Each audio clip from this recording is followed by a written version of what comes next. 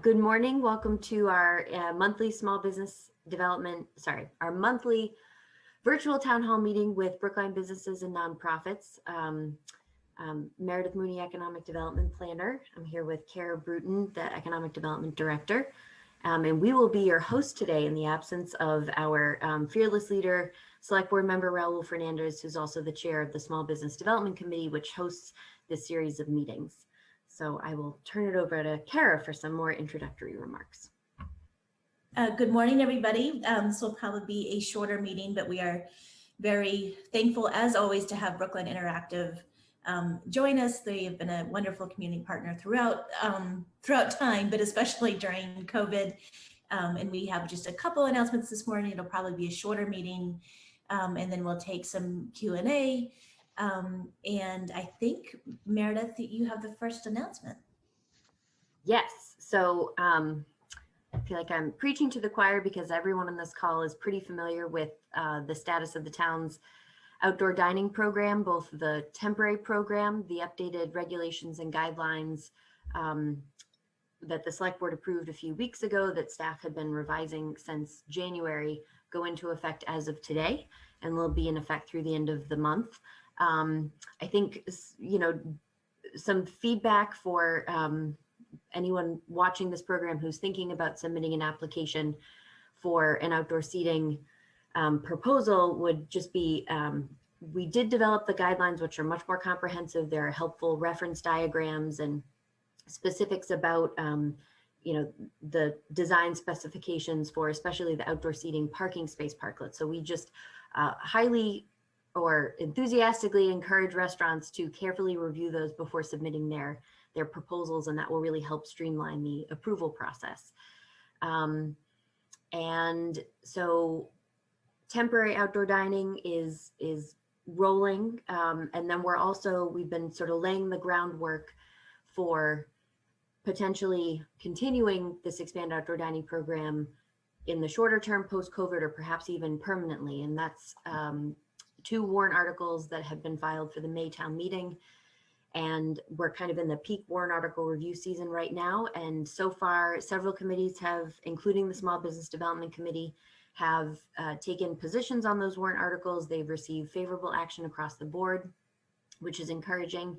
And that we've had some restaurants and members of the Small Business Development Committee attend some of those meetings and provide public comment that's been really helpful to provide context and sort of underscore the importance of making sure that restaurants continue to have access to this expanded outdoor dining post-COVID and the governor's state of emergency order. So that's all very encouraging. I'm going to put links in the chat box to if you want additional info about the current outdoor dining regulations and guidelines. And that link is also where restaurants can go to request to borrow outdoor seating materials. We have canopies. We also have tables and chairs, ADA accessibility ramps that are available to loan to restaurants. So there's still some of those materials left, and you can request it by filling out that survey link. The other update would be the town did receive I guess we'll describe it as a grant, the Local Rapid Recovery Plan program, which is a program that was included in the economic recovery package that Governor Baker announced in fall 2020. And so the program is, the goal of the program is that cities and towns that participate will work with a plan facilitator and some subject matter experts to develop, as well as community members, to help develop a comprehensive plan, which will probably include about a dozen projects that the town would like to implement as part of its recovery efforts for our commercial areas and for small businesses. So we are, the process is starting now. We have a survey that's out. I'll also include a link to that survey in the chat box, and it's going to continue through and wrap up at some point over the summer. So we are going to be providing regular updates to the Economic Development Advisory Board and the Small Business Development Committee. We're going to have a very short kickoff meeting that will be hosted by economic development staff and our plan facilitator, a woman named Ann Burke, on this coming Monday at 6:30. It's only half hour because the Economic Development Advisory Board has a meeting starting at 7. So we're serious. It's really going to be a half an hour meeting if you're interested in learning more and maybe asking any questions about how the process is going to unfold for that. So the big thing right now in sense of urgency is gathering information through this survey. The state is compiling feedback from this survey so they get a sense of what our needs are for Brookline, but then also what the needs are at the state level. And so at the end of this process, we will have a comprehensive plan with a lot of partially or fully baked projects that will be in a good position to move forward if and when funding becomes available. I think the hope is that on the other side of this, there will be some money available, either state dollars or maybe tied to the federal relief funding that's on its way. So we'll be able to implement some of those projects. So still some uncertainty based on the funding that's going to be available, but we're very excited to be a part of this program, which is going to be valuable. The project focuses specifically on the Coolidge Corner and JFK areas, but our hope is that the projects and proposals that we have will be applicable to our other commercial areas as well. So there is the focus on Coolidge Corner and JFK Crossing, but I think this is something that other businesses and commercial areas should be excited about as well. So those are all of my updates. So I'll turn it over to Kara. Great, and I see that we there's a couple more committee members that have joined us too, Meredith. The announcement I have is more local, more federal funding is coming to us locally. So the select board did take a vote with another kind of wave of CARES funding that has come through. We don't have it quite yet, but we know the amount that we're going to have. And almost the select board decided that almost 20% of that funding that's available to the town will be going to replenish the small business grant program that we did several months ago. So the first round, some of you may recall, we had $200,000 and we had about 58, I think, applicants. And we were able to disperse that funding among 14 of our small businesses. And to remind everybody, this is federal funding, and the reason why we are able to spend that funding is because we're supporting small businesses that are either owned by or the majority of the ownership are people that live in low to moderate income households, or as most of you small businesses would qualify under the job side, which is that if you can state that a majority of your employees typically, live in low to moderate income households, then you're also eligible for the funding. So we had 14 businesses receive about $14,000, kind of on average in that first round, and the select board just awarded another $100,000 for that grant. So we don't have exactly the details of when we'll be able to release this next phase, but I would guesstimate that in about 2 weeks, we'll be sending out email blasts and social media about that second round of funding being available. There has been inquiries about whether the people that were in the first round could, be first in priority of getting the funding in the second round, which makes a lot of sense. We are talking about that with our federal partners to make sure that that's something that we can do. We will likely be asking all businesses to reapply. Just remember that this is like a one-page application. You don't have to, in the initial application, attach any paperwork or W-2s or W-9s or anything like that. It's just a one-page, pretty simple. The reason why we want to have people reapply and update their information is because some months have gone by, and that decision kind of rubric that we're using is that we want to make sure that the funding is prioritized to those that have that are the worst off, that have not been able to work with their bank to access PPP loans or other funding that's come through. And so that is just one example of the decision matrix when we disperse the funding. I think that's all for me with the CARES Act funding. I will also say that you might have seen in the headlines that the town as a whole is expecting significant funding from the federal government soon. We don't have any details of kind of the strings and bounds of how that will be attached. There's also, we know, funding working its way through for restaurants, through federal kind of separate category, as well as public infrastructure. So there's just a lot happening. So we expect we'll be probably ramping up some information disbursement like we did right at the beginning of COVID, to make sure that we get that information out to you all as it comes flooding in. And we appreciate partners like David Gladstone, who's been, working with many of our small businesses in your normal job, and certainly has his ear to the ground on funding that's anticipated. And he just put in the chat box the announcement that, yes, it finally passed both sides of the federal government, that the PPP loans are now officially extended until, I think it's mid-May, right, David? For any businesses that still want to apply for CARE Act money. So thank you, David. Meredith, that's all I have. Do you want to do Q&A at this point, or Anne? I just have a clarification question. You said you were talking about prioritizing people who got loans last time, or who applied for loans and didn't get them, or is it both? Sorry, the latter, that we would like to, people that had already applied, we want to make sure that they're in the queue kind of first, but we also want to prioritize those businesses that, don't have access to traditional capital and that kind of thing. Okay, but not the 14 who got it last time. Yeah, those that got it the first round most likely will not be receiving any funds this round. Yeah. I did realize I forgot one update, that the 15-minute delivery only signs, which were, so 15-minute delivery only signs, the temporary sandwich board order, as well as the retail goods order that DPW created last year and was due to expire yesterday. Those are going to be extended until November 15th.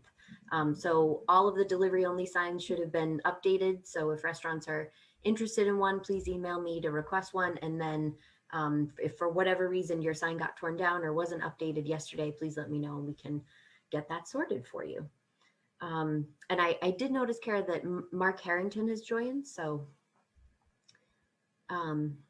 do we want to talk about Healthworks? Yes, that would be great. If we can promote Mark. Yeah. And while Meredith is doing that, I just have to say a big shout out to Meredith's husband. So if you, just like you guys, I'm sure, during COVID, local government has been an all family effort and especially true with Meredith. Just a simple thing like getting these parking signs, redone with the right, dates to be extended. It's a big effort, just kind of physical labor to do it. And we are recruiting all of our family members when we can to help out. So it's, we're doing everything we can, that's for sure.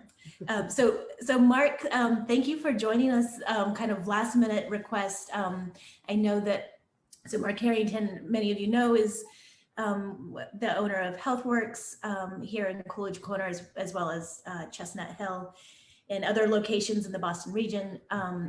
We have had conversations, I believe at this venue or at the Coolidge Corner Merchants meeting in the past, about possibly using a portion of the Babcock Street lot for businesses to be able to use with a tent space, something that that I think we had talked about several months ago. And I know that Mark has had some preliminary conversations with David as the president of the Coolidge Corner Merchants, and they were on board. So we had talked about this last season, and we were all just kind of getting up to speed about, what kind of tent requirements pass the state fire code issues. And, we're all just kind of learning as we go.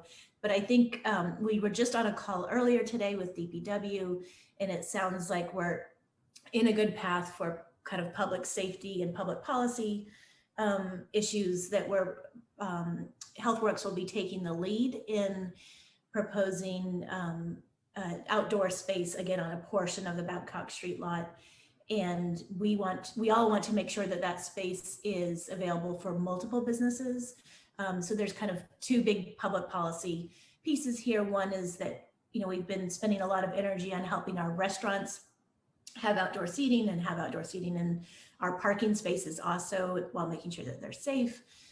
We also want to try to support, all of the other businesses that aren't restaurants And although we have been able to extend the commissioner's kind of emergency order that you are allowed with permissions in insurance to use the sidewalk, we recognize that for a lot of retailers, that means you have to increase your staff and it's just not a workable model. But we also have heard from the Coolidge Corner merchants and other venues that as people are starting to think about being ready to return to kind of a shopping for fun activity, as more people are getting vaccinated, we want to do a couple of things. We want to make sure that there's, I'm channeling David Leshinsky right now, that we want to make sure that there's, activities happening so that when people do return to Coolidge Corner, they see other people participating in real life again. That's, the best way to model human behavior is watching what other humans are doing. And then we also know that for places like, the gyms and healthcare, other gyms or yoga studios, things like that, we know that a lot of our customers may be fully vaccinated even, and just not quite feel comfortable with being fully indoors again, especially if they have an option to be outdoors. So I've gone on long enough, and I'm going to turn it over to Mark, if you can talk a little bit about your vision for the Babcock Street lot. Excellent. Well, thank you, everyone. There's some really startling statistics about what the pandemic has done to everyone. We know the huge impact that we've had as a direct result, people getting COVID and the result of that. But there's another kind of larger silent impact of the mental and physical health issues that this inactivity for the last year has caused on us. And what kind of we're all about, and I know all the other fitness businesses in the Brookline area, we are committed to getting people to be active, to start moving again. And when we do that, we know people, their stress levels go down, they tend to eat healthier, and they tend to be healthier overall. So kind of us and everyone I've talked to is looking for ways to help get the community more active and get back to a healthier mindset. And I think, as Kara said, one of the areas that we think we could do that is providing an outdoor fitness platform for people. And our proposal is to use a small portion of the Babcock Street lot and put a tent up there so we can use it kind of 7 days a week and provide a great place for people to become physically active with kind of the health and safety and even enjoyment of being outside and working. So what we're proposing is to provide this space, and we'd love to make it for all the community. We think kind of first off, if we can get more people coming to our club, either inside or outside, that's going to help the whole Coolidge Corner neighborhood by just getting more foot traffic. Pre-COVID, we would see probably about 800 visitors a day in our club. Usually after they went to our club, they frequent other people in the area. Right now, we're around 150 to 200 visitors a day. So I think that has a trickle-down effect to all the other businesses in the area. And we think by providing kind of additional space and healthier space, we can help drive foot traffic to the Coolidge Corner neighborhood. In addition, we'd like to make the space available as a community resource. We're kind of happy to reach out to any other business or nonprofits in the area and provide it as a space for you all to use for anyone that might need either additional space or outdoor space. We think it's a great way to attract more people to the neighborhood and help you all in our recovery, just like us. So anyone on this call that would like to reach out to me, I'll put my name and email in the chat, and feel free to reach out. Or if you know anyone that might be interested, we'll do that. And then at the same time, we're also going to be reaching out to people which we think might be interested. Thank you, Mark. Does anybody have any questions about this initiative? I know we've talked about it a little bit last year too. Oh, Debbie? Hi, I'm Debbie Miller from the Brookline Chamber of Commerce. This sounds great. Could you clarify a little bit more about what you envision in terms of inviting other businesses and what you might be asking them in terms of, what might be feasible in that space? Yeah, I think we need to make it a conversation. Obviously, each business has very different needs. I could see a business that did events, so bar mitzvahs or birthday parties, that wants to maintain the social distancing requirements, but right now it's really tough to schedule anything in advance outside because you don't know what the weather's going to be. So it would give them the flexibility to advance schedule activities, and kind of we could reserve the space and they know they could use it regardless of what the weather was. Other ideas we had is we'd love to partner with some of the retailers. I know things like Pure Cold Press right across from us on Harvard Street. If there's some way that we could cross promote and you come and do a workout and then get a smoothie afterwards, or something like that, we'd be open to kind of some kind of retail sales. I don't know how it would work, but either while we were using it, other merchants could set up kind of in our area, or we could reserve a spot where they could take over the tent and use it for their own purposes. I think it's a great resource, and we'd love to brainstorm with anyone who is open to talking on how we can use it. That sounds great. If you would like to send me some information on that, if you want some feedback from other retailers, we're putting out a business blast in the next day or two. I'll put my email address in the chat. Fantastic. Thanks.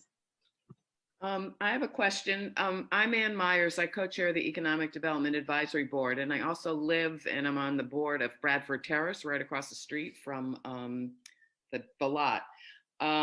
And I assume you're talking about putting a tent on when you drive it on the Babcock Street edge of the lot, not so that people can get there. Is it going to be the whole space? It won't be the whole space. It's kind of, you're exactly right, all the way around in the back corner. Okay, so the far end. Yeah. I guess the thing that people here might be interested in knowing, I'm also a member of Healthworks, and I know that, although I haven't been there in a year, but I think noise is going to be a question, particularly in the evenings. So at some point, if you can explain what you're going to do and what, there are a whole lot of small kids, for example, at Bradford Terrace. So evenings will be an issue if you're planning on having night classes. So just something to think about. Yeah, that's a great question, Ann. And I would say the vast majority of our members are exactly like you. They were a member, but they haven't felt comfortable coming back in. So you're our very typical member right now. And I think what a lot of tell us is they're thinking about it, but they need a little extra safety. Yeah, no, I think it's a great idea, but that's the noise is you can hear the classes when you're in the club, even when everybody's in there. And so is it going to be air conditioned? That was my other so for the noise perspective, we have silent disco technology. So I can put a link in the chat, but anyone taking the class would be wearing headphones, and we wirely transmit to them. So the instructor would be mic'd, and their music would be hooked up to the sound system. So I think one, there would be no music playing for them in headphones, and then two, the instructor is mic'd, so they don't have to yell; they can talk at a more normal level. So that's our solution for that, and we've been piloting it. It's been working really well. The tent would not be air conditioned. We would expect in nice weather that all the sides would be rolled up. So we're hoping for a nice breeze, but it would be natural weather, not air conditioning. Mm-hmm. Okay, thanks. David? Thank you, Kara. So very supportive of this. I know gyms, amongst other institutions, have gotten decimated by COVID. My two-part question. First of all, I'm totally in favor because I've seen it. I drive by the West Roxbury YMCA. They have put up a tent and they're doing outside exercises and stretching, and some other places I've seen putting equipment out. I would assume that, Kara, that the town would probably lay out some type of policies and procedures with regards to what can and can't be done. And Debbie, I don't know whether we want to send out that blast until it's sort of laid out what can and can't be done. So that way it's sort of like everyone will know up front what is possible before we just put it out, and then all of a sudden you get inundated with a whole bunch of requests. Yeah, I agree, David. So thank you. We had a conversation again just this morning with DPW, and it's things like, Mark is talking about some, a storage container for the exercise equipment that they'll be using, for most of the time. But I mean, we were getting down to where the drainage flows and making sure that's not blocked. So Mark has a good picture of all of that. And what we want to do is have Mark basically be the manager of this space. But we have asked him to try to find a couple additional businesses that we know are interested, so that we can share that kind of complete proposal to the select board when we ask for their permission. But as far as the details within there, we're handing that off to Mark. We trust that he knows how to, operate something like this, and Mark will phrase that messaging as much as he wants to, but like he said, it will probably be some give and take, because we want to try to be a little bit creative and a little bit open-ended to try to get some interesting ideas going. The town is also waiving its fee for this space. However, the cost of sorry, lose my voice, and it's only 9:30. The cost of having a tent of that size that's actually, fireproof and meets all the codes and is weighted down properly to meet the building, permit codes is very, very expensive. So even though the town will not be taking any fees for this season, there will be significant cost of just, having that infrastructure, the tent space there. So I'm sure Mark will talk with different businesses about how best to share that cost, when it's appropriate. But we are pushing all of those details back onto Mark, since this is his idea, and we're depending on him to, kind of manage those details and have some, a package that we can take to the select board in a couple of weeks.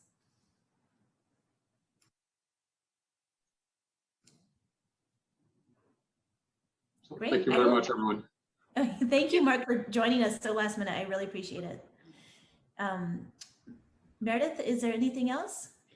That's all. We're ready for Q&A. Although I think so our one attendee is Clara Kaufman, who's the wonderful outreach communications coordinator over at the chamber. So the committee members can ask questions or have discussion as well. Or we could wrap up early, whatever people are up for. So Meredith, it's David. I have one question. It doesn't pertain to what we talked about, but I'm just wondering what's going on, like with the hearings on the new hotel. I guess there's talk about the possibility of closing off the back road to be able to extend the restaurant out. And I'm just wondering whether there's more discussion happening on that, or what's going on with that.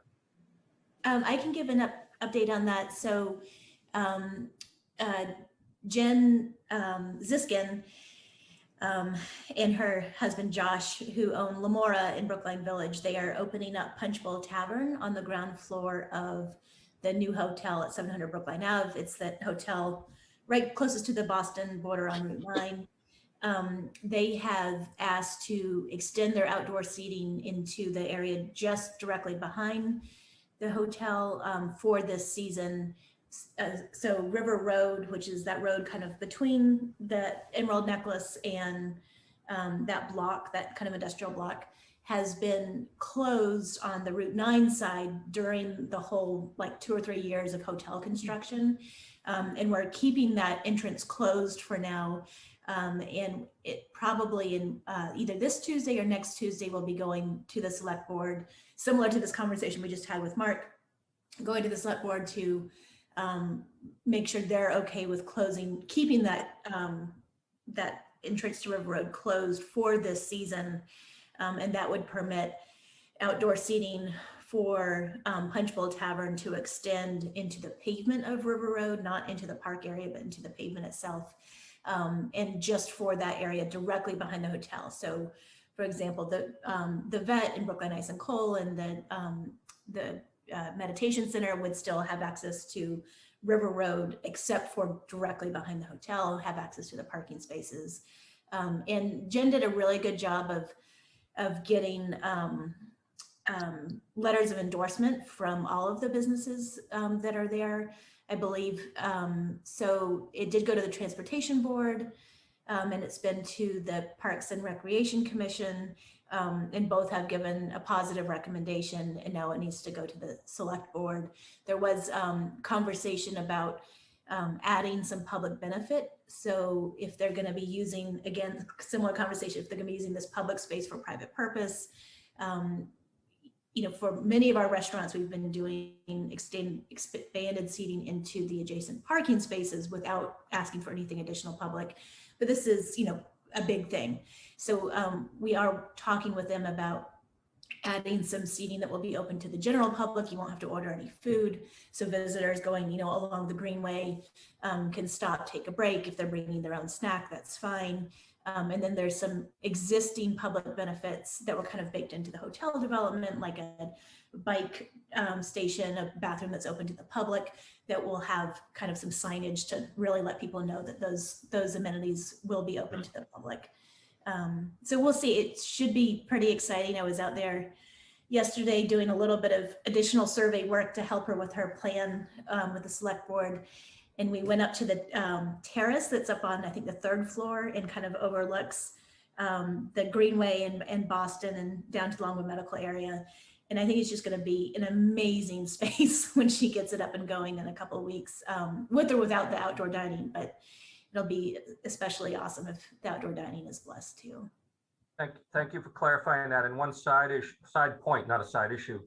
From what we understand, the hotel tentatively is going to be doing a ribbon cutting April 27th. We don't have the time yet, but they sort of affirmed up the date, just so everyone knows that there will be a ribbon cutting by the chamber and the hotel.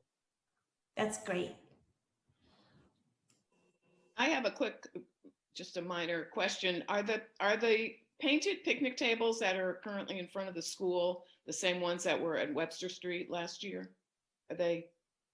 I would leave them where they are, not move. I mean, they are really, really well used. That space has been, you know, on nice days and into late at night, there are people sitting there either visiting or eating or whatever. Oh, that's really good feedback. That's good to know.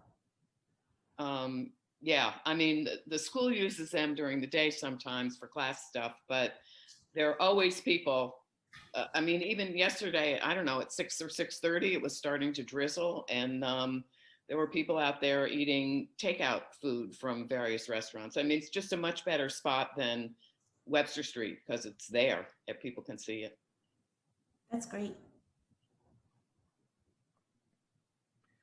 I had a quick question, and I don't know who to direct this to, but it might be Debbie. But been getting out and doing my walks past the new hotel. I'm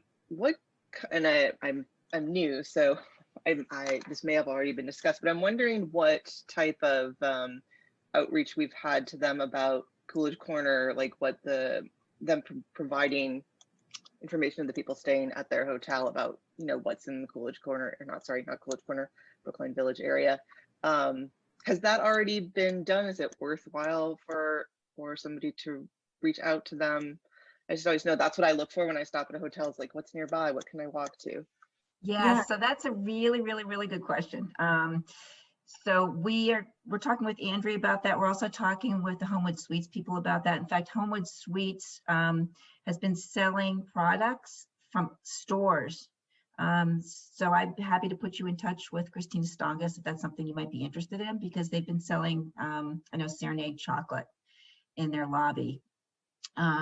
They're very interested in being able to direct people to different places in all the different business districts.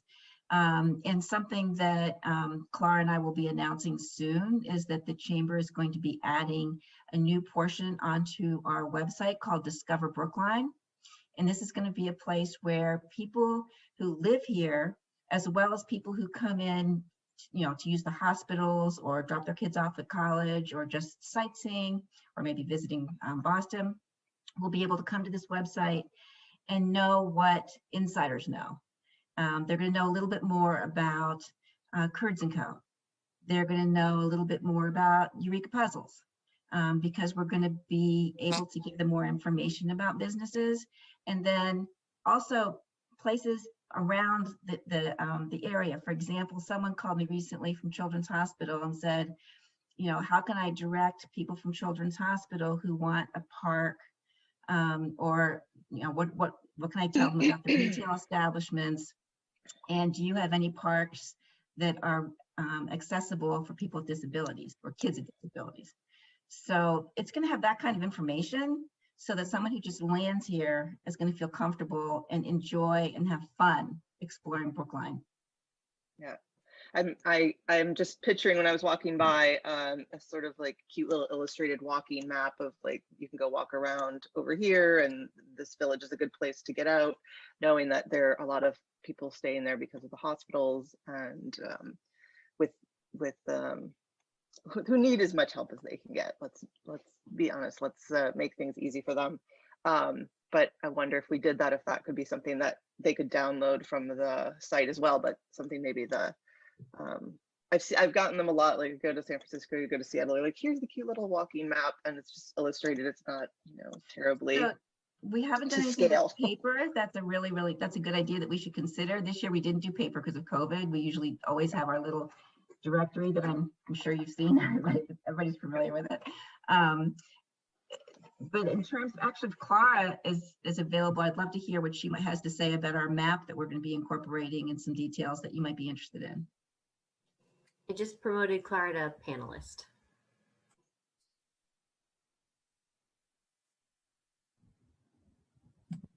Hi, sorry, this is the first time I've been featured. So exciting.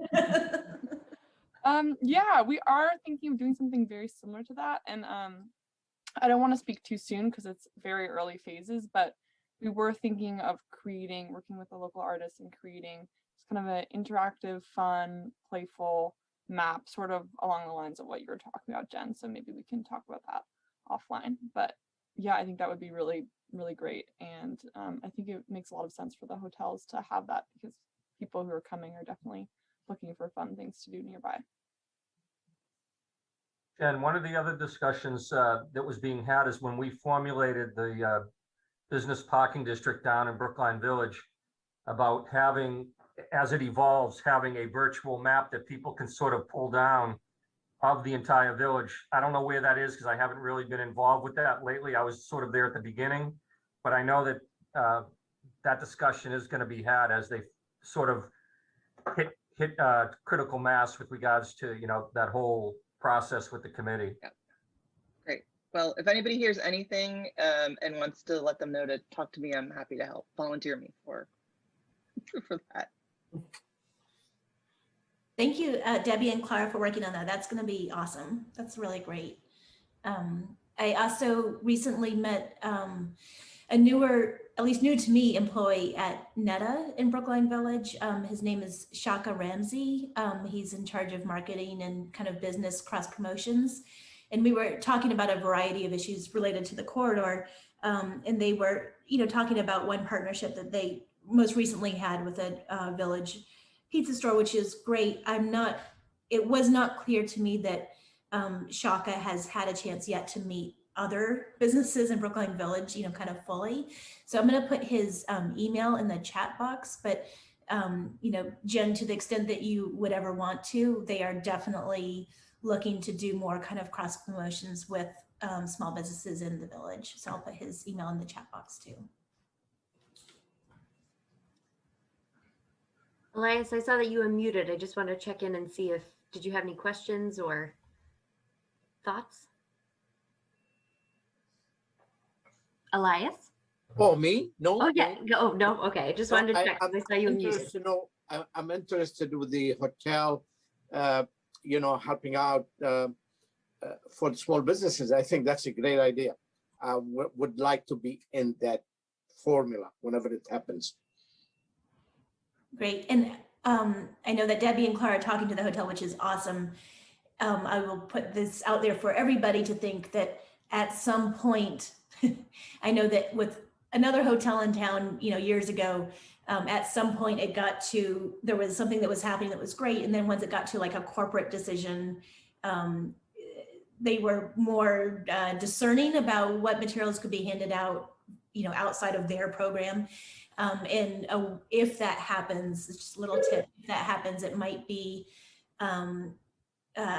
more nimble to have that partnership and those maps be handed out by Punchbowl Tavern, because Jen has complete control over that, right? So you can imagine, you know, if someone comes and they, you know, order breakfast or whatever, lunch, you know, whatever, and they get their receipt, and you've seen this at a lot of places, and on the backside could be, you know, a little postcard map of businesses in the area.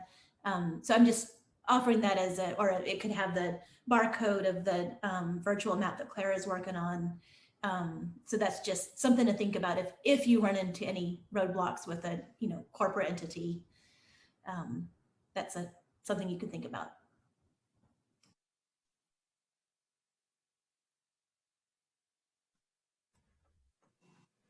Great. That's all we had, unless people have other comments or topics they want to dive into, but. Well, thank you. Small Business Development Committee members, 7 people here representing. Excellent. Very exciting. Thank you everybody for being here, and I guess we'll see you in a month, unless something crazy happens.